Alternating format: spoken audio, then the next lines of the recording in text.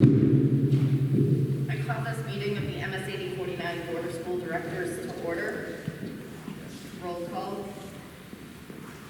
Bouchard. Booten here. Brown Woods. Here.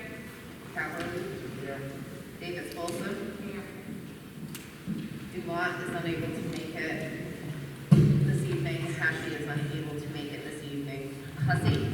Here. Knowles. Here. Lambert. Here. Issue. Here. White. And Williams. Here. Pledge of Allegiance.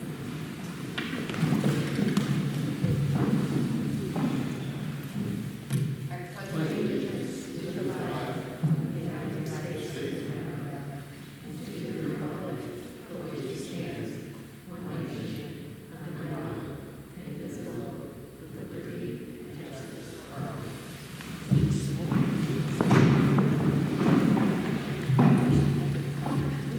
Approval of minutes. Is there a motion to accept the minutes of the December 2nd, 2021 school board meeting?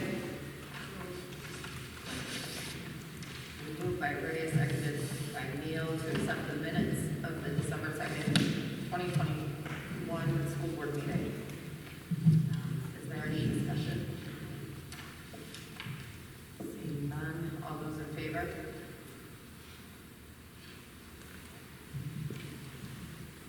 Seven.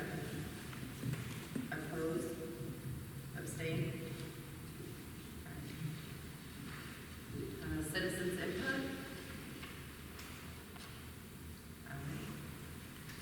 Moving on, there is nothing under old business, under new business.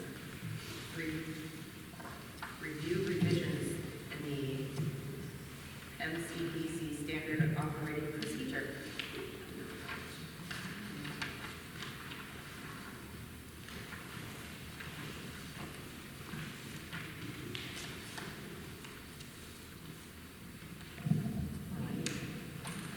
Thank you, and I had provided you with a copy, and I believe I sent the link.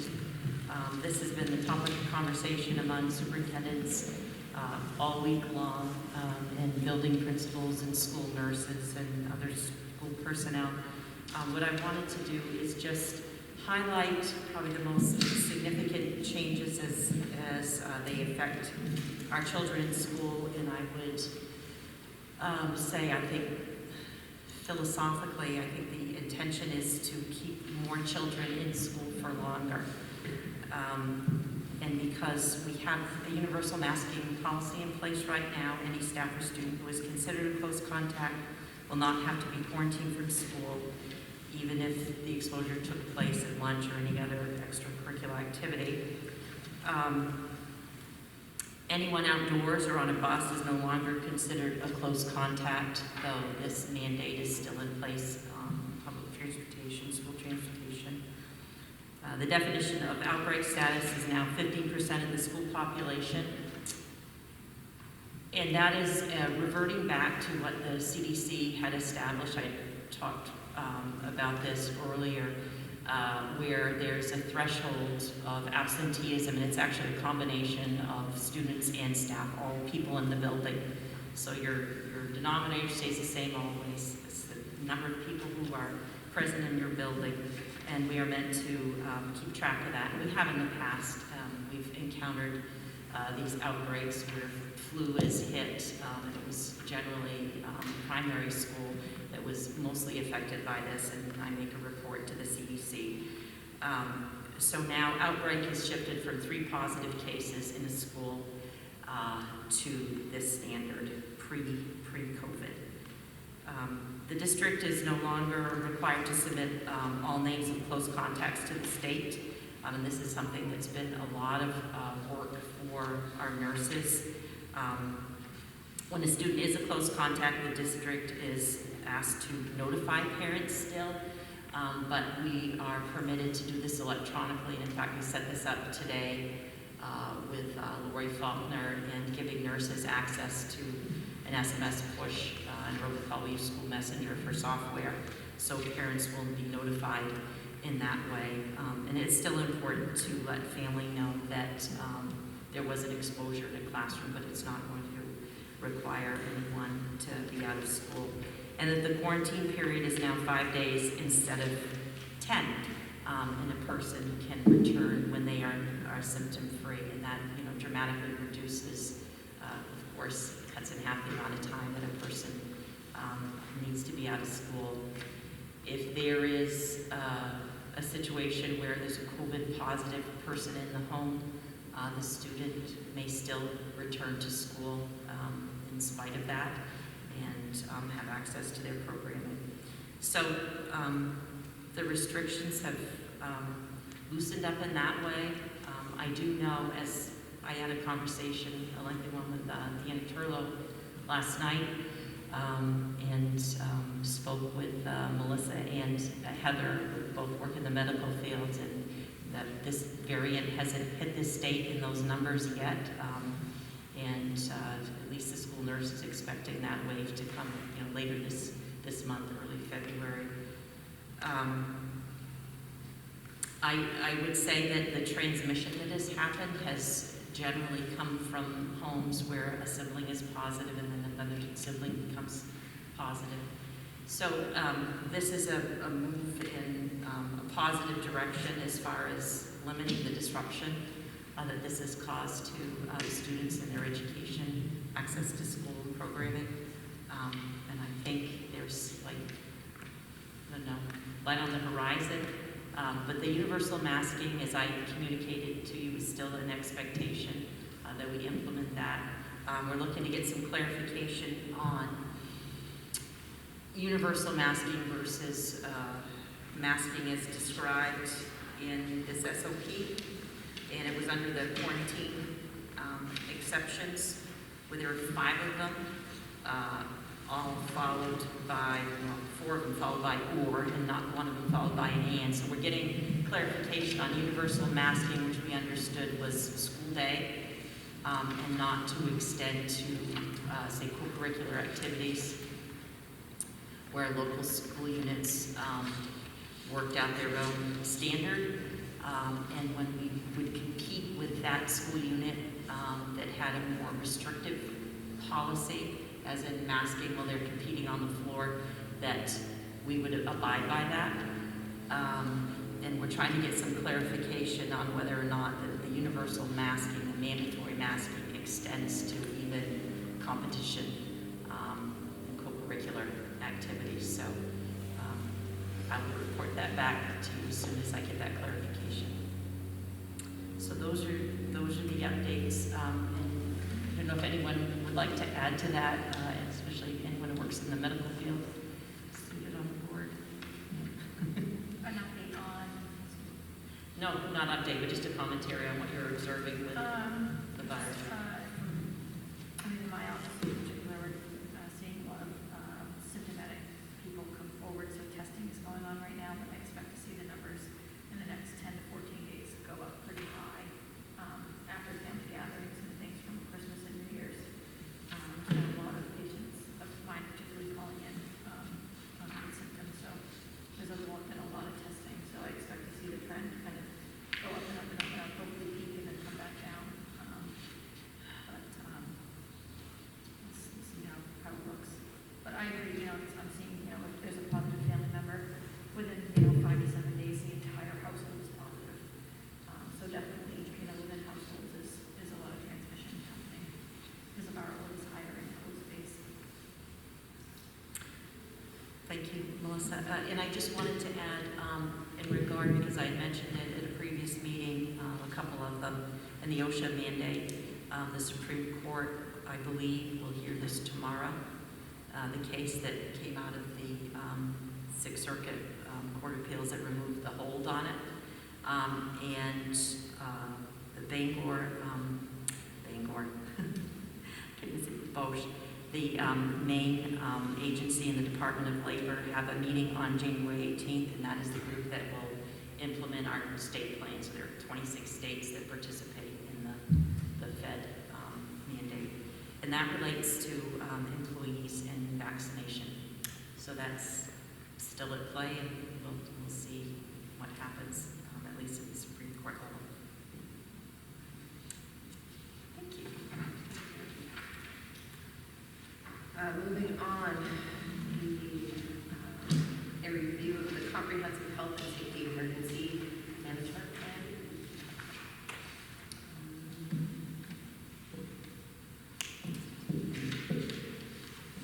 resource officer is supposed to be presenting on this. But I can talk briefly about what that document is. It's here. This is the binder that houses all the specifics of that plan, and the board is required to hear our review of it and adopt it annually. Our SRO Deputy Day is going to review the components of it, and I provided to you, if you had not picked that up, I'll get it out now.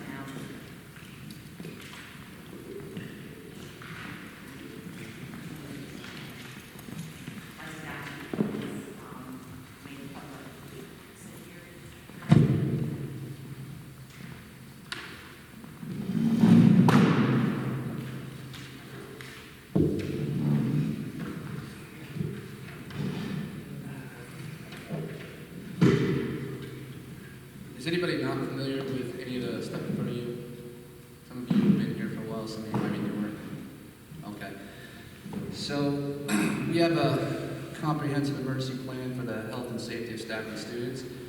It's reviewed annually by the Kennebec Emergency Management Team. And the reason for the meeting is to address any issues that may come up or find area for improvement if necessary. We had our meeting earlier, and it seems to be pretty good what we've got in place. It's divided up into several sections, starting with mitigation and prevention. And what we do is we assess buildings and the outlying areas to see if there's any hazards that are posing themselves to staff or students. And if we identify those, we take steps to improve that. Also, a risk assessment on any incoming students or current students or staff members that are going through any kind of personal crisis that might manifest itself physically at school. And if we determine that there are students that fit that criteria, we refer them to counseling or any other sort of intervention we can do. This year especially, with everything that's going on, it can translate into the homes and then present itself at school. So anything that shows up, we will address it. Most of the staff is aware of that because it is a stressful time for everyone. In the section 2, under preparedness, we do have emergency plans in place for all the individual schools. Every school has unique needs depending on the geographic location or any structural things that might come up. Whereas, like for the high school, for example, you have external buildings like the annex and the metal shop. You have students that go to VOTEC, so we have to address all of those issues in the event of an emergency situation. And we have plans in place for that. We have leadership and teams. We have teams that are designed to, if there's a code blue, a medical emergency inside the school, there's teams that are designated to respond to those, to render aid to any student or staff member that needs that. We have evacuation teams, so if the school has to evacuate, there are certain staff members that are designated to kind of manage and supervise that movement, because it is a big undertaking when you're evacuating an entire school. Scott Watchford, he's also involved in that because we use the buses to transport students from the affected site to a safe location.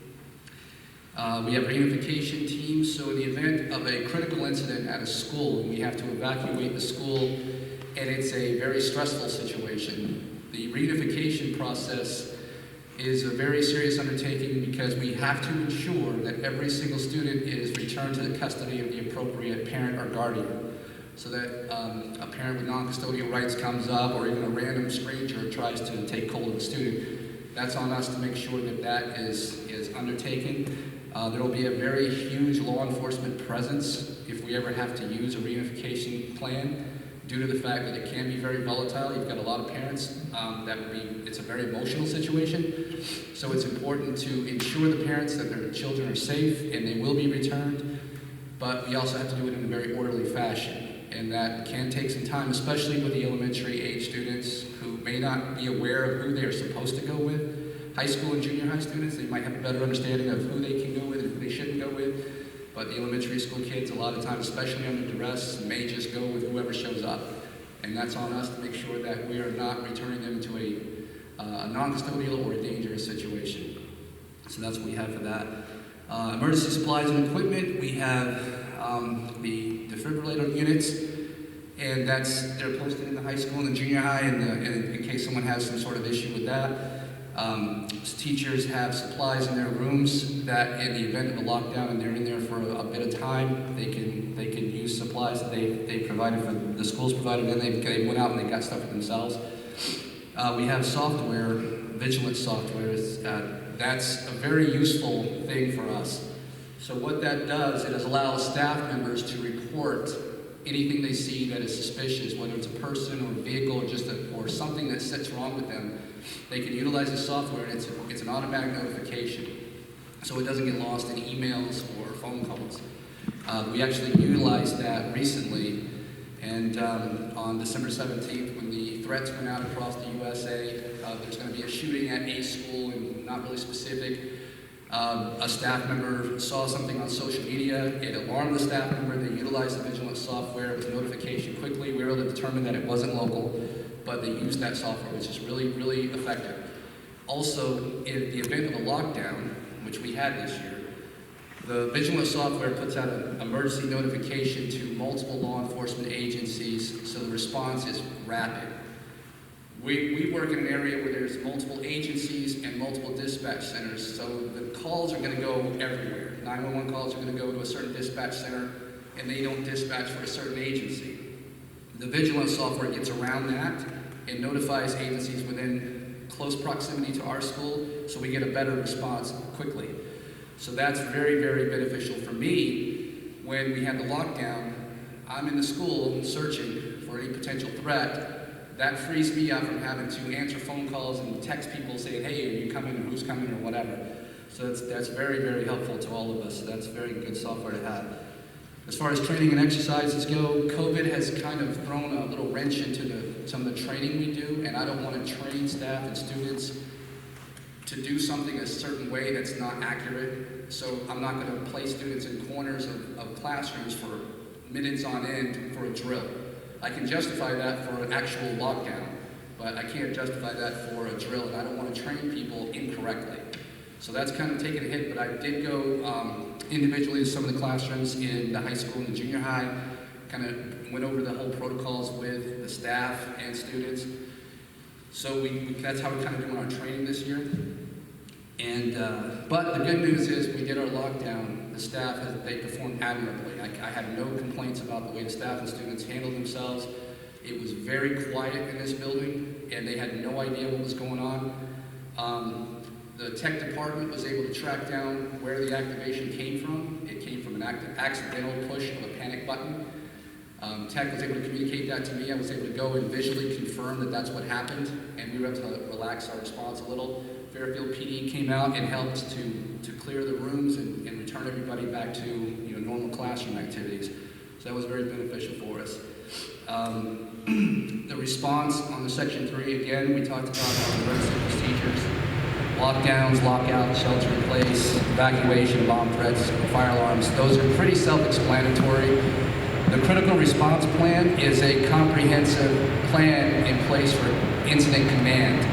So in the event of a critical situation, it's what is called an incident command post, and it requires a big response from multiple agencies, fire department, rescue personnel, public works, warden service, life flight, all of these things, and this is all included in this plan. And we meet annually with fire chiefs and police chiefs and county sheriffs to kind of go over everything, because over time things change.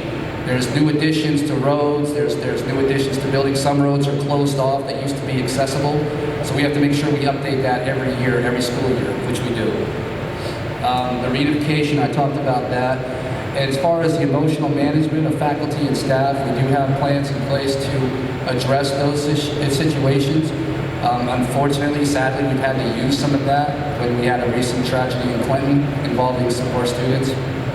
And the emotional management of students, that kind of goes in with the staff. On the 17th, when the threats were being made, I went to classrooms in the high school, junior high area, talk it over with the students, see how they're feeling, get a feel for how the kids are feeling, and the staff members as well. And that was good. I was able to get them to express themselves and get a lot of nervous energy out. which I thought was very beneficial for everyone in that respect. We also had additional police departments going to some of the other schools just to be a presence in the area, just to give that extra little sense of comfort to some of these schools.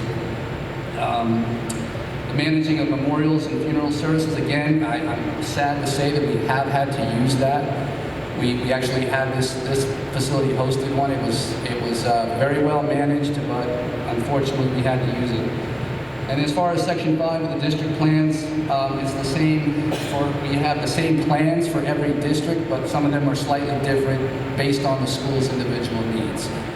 So, and again, every year we meet, we talk with administrators to see if there's any issues, talk to staff members. I actually talked to a staff member today talking about some of the anxiety levels, stress levels, and just overall what's happening everywhere. And it's just good for them to be able to get that out, express any concerns they might have, we can address any issues that may come up. And the same with students. So, I'm pretty sure that we're due up for another meeting with the emergency management team. We usually meet them at the beginning and the end of the school year, so that'll take place. So, and after every situation we have, like the lockdown, I meet with the building administrators to kind of go over what worked and what didn't, what can we improve on, where we had success, where we can improve, and we did that, and it went really well. It was very constructive. And because you're never satisfied, because these things can always change. So that's the purpose of those meetings. We do that, we document it up. And just want to let you guys know, 2 staff members really distinguished themselves during that lockdown, both custodians. Ray Wakeham, who's a longtime custodian at the high school, he was in one of the rooms to lock down. There was a person in there with him that wasn't really sure what to do, and Ray took charge of that. That was good to hear. I actually heard that happen. And Terry Cooley, another custodian, was kind of in transition, couldn't quite know, like he couldn't get into lockdown initially, but he was able to find a place. And when he was en route to that place, he encountered a student that was actually in one of the restrooms. So he was able to take custody of that student and get that student to a safe place. So I just wanted to recognize those 2 guys for doing an outstanding job with that. And that's it for me. If we're all set.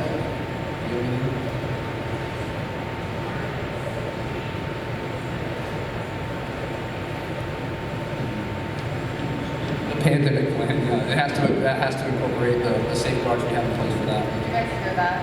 Part of the plan, we were updating the plan, it has to include for the pandemic. Every 6 months. So there are subtle updates, but anything that's substantive and anything that would relate to that would be something that the board would hear to approve and adopt or not.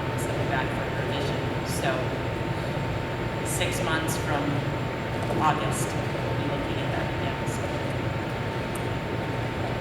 Does anyone have any questions? Oh, quick to get out of here, sorry. Does anyone have any? Anybody have any questions or anything? Thank you for your summary. It was very well done. Thank you. Okay, you're welcome. All right, thank you.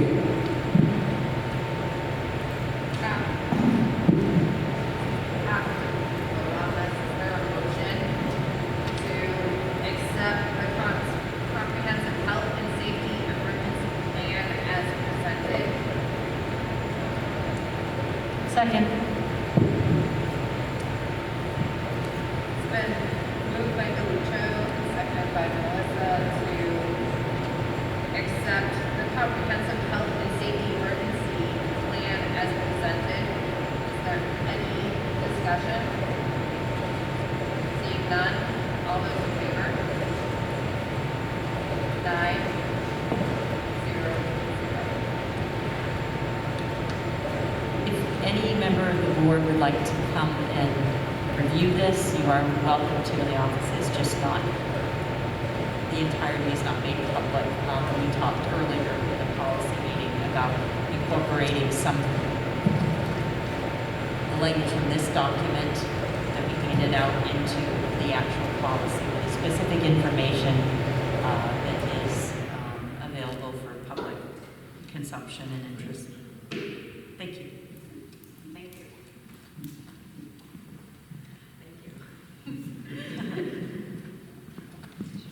All right, moving on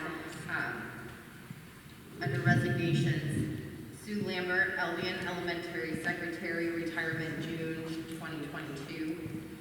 Heather Hodgson, Junior High School Math Teacher, resignation January 2022. There is an addendum. I can't even talk tonight, sorry. Another one, Denise, gonna mess up her name. Jeannie. Thank you. Lawrence High School Guidance, resignation February 2022. Nothing under appointments. Committee reports. For negotiations, the administrators have asked to begin negotiations with the board. The first meeting has been set up for January 27th at 6 p.m. Any board members, welcome to attend. Just let me know. Policy. So the policy committee met before this meeting. We reviewed and discussed the comprehensive health and safety emergency management plan. We discussed the SOP put by the CDC, which was reviewed and discussed, and we were given the expulsion policy and written guidelines for review, and no action was taken.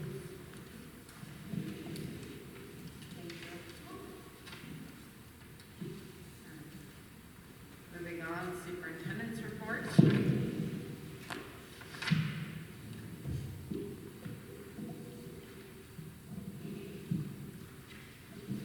Thank you.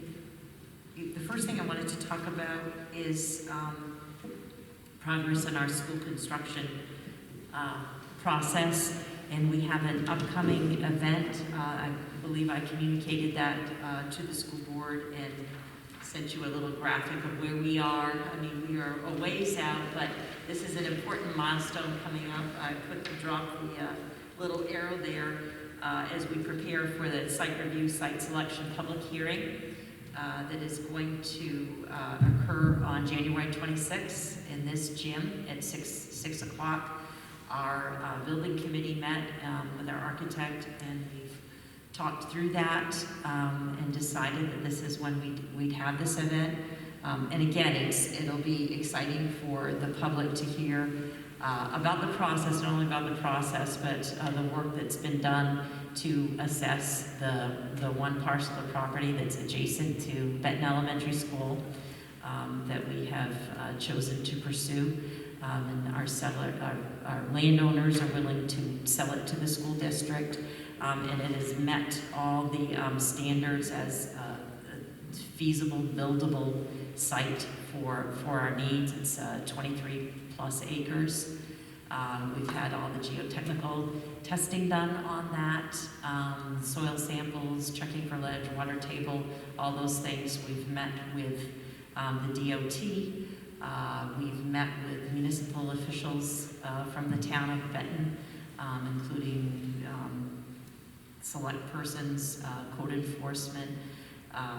We've met with the fire chief of Fairfield, who also covers Benton, and we have yet to meet with the Kennebec sheriff, but that is something upcoming to get those municipals' input on the prospect of putting a population of another 600 or so students on that site. We've looked at potential access points from the neck road, and what the site circulation might look like. Our civil engineer has presented that to the committee, or the information to the committee. The civil engineer will be here on the evening of the 26th. As far as communicating that to the public, we talked about not getting too far ahead, but soon enough where people are, it's going to be fresh in their mind and pay attention. I just submitted a bulk mailing to, we use Bromar printer, that is scheduled to go out on January 10th. It is a postcard bulk mail that will go to every residence in our school district. I am going to send flyers home at about that same time that week with families. It's going to go up on our website. We're doing robocalls. I've scheduled publication in the Sentinel for the Wednesday before and the Saturday before the event actually happens. But we really need good, strong public attendance to hear about this. It is very exciting to be finally at a point where we'll move forward. I just would call upon board members to, help us with getting the message out to the community.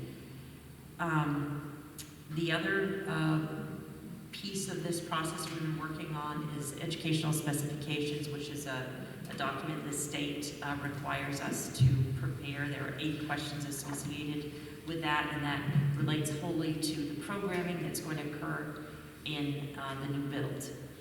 Not about any design piece of it, but what are our needs as far as our instructional needs, our program needs, our student needs. I have a survey that we generated that I intended to send out tomorrow to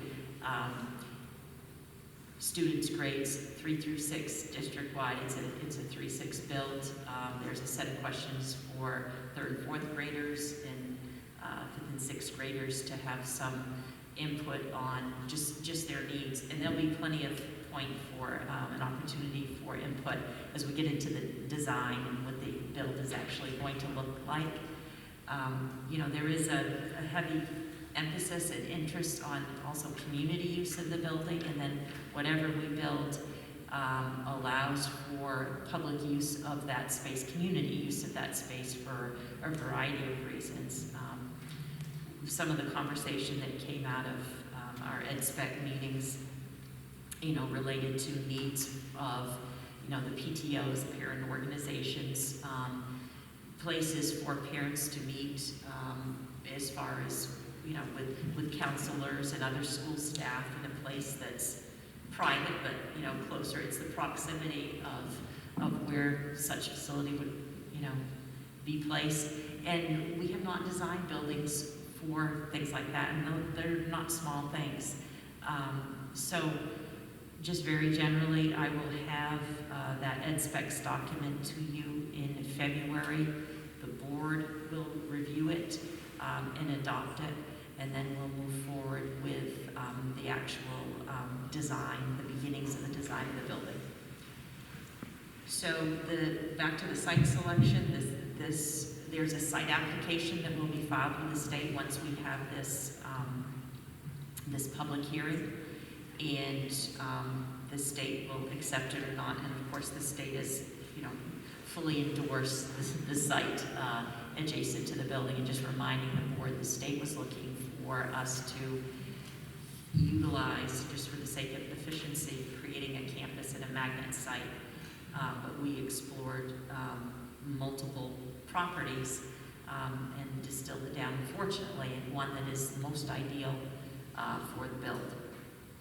So that is the update. And this is all, we're working on a timeline. There is some adjustments that need to take place, but working back from that referendum of November 8th, 2022, be the time that goes to our public. And I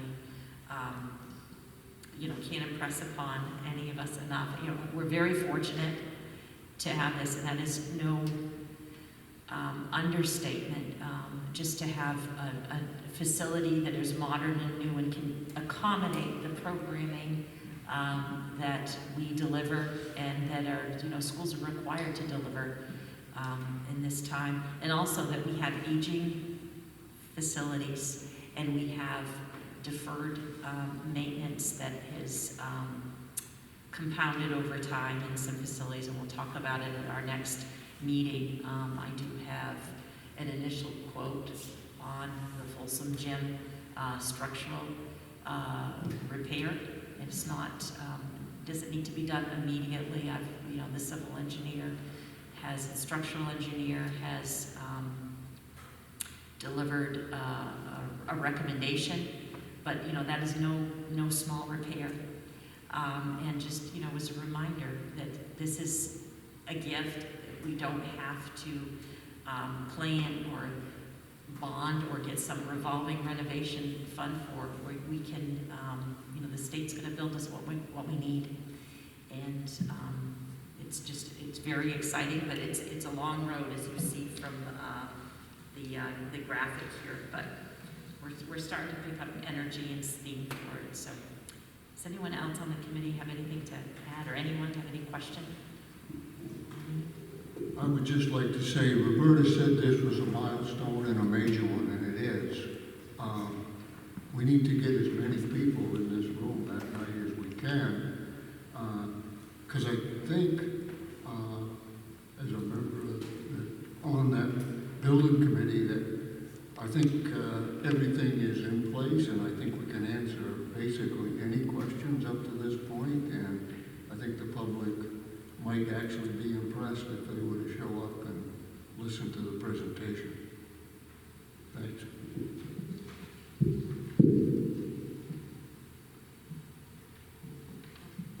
Concludes my report. All right, thank you. Moving on to other business, 2021-2022 co-curricular directors, advisors, coaches. No motion necessary. Boys JV basketball, Walker Thomas. Is there a motion to adjourn?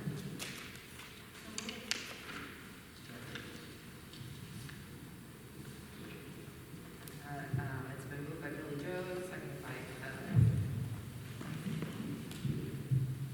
To adjourn. Any discussion?